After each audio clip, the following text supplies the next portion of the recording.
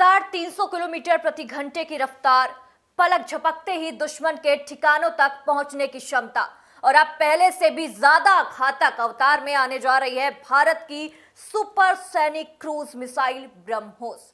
नमस्कार, आप देख रहे हैं इंडिया न्यूज और आपके साथ मैं हूं आंचल श्रीवास्तव।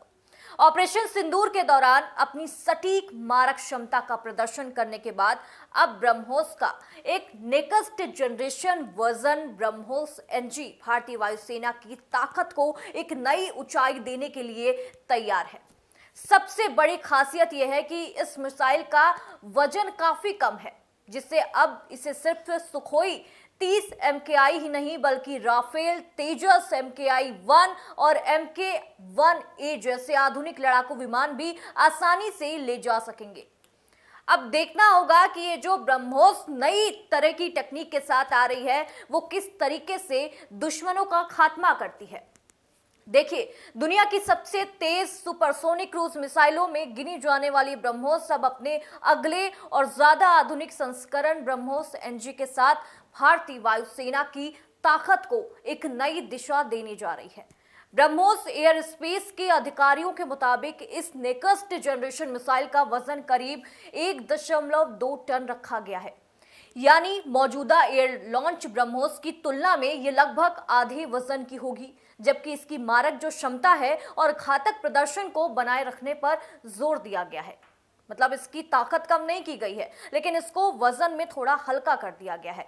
मौजूदा एयर लॉन्च ब्रह्मोस का वजन करीब 2.5 टन है। भारी वजन की वजह से इसे फिलहाल केवल सुखोई 30 MKI लड़ाकू विमान से ही दागा जा सकता था, लेकिन ब्रह्मोस एनजी के हल्के होने के बाद तस्वीर पूरी तरह से बदल चुकी है।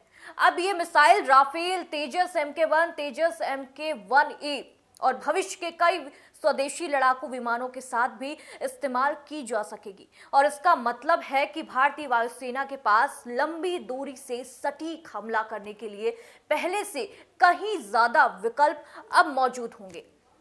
ब्रह्मोस एनजी की जो स्पीड है इसकी सबसे बड़ी ताकत है और ये मिसाइल करीब मैक 3.5 यानी कि लगभग 4,300 किलोमीटर प्रति घंटे की रफ्तार से उड़ान भर सकती है और इतनी तेज गति दुश्मन की प्रतिक्रिया का समय बेहद कम कर देती है। इसके साथ ही इसकी जो अनुमानित स्ट्राइक रेंज है वो करीब 290 किलोमीटर बताई गई है, जिससे ये सुरक्षित दूरी से महत्वपूर्ण सैन्य ठिकानों पर सटीक हमला करने में सक्षम होगी।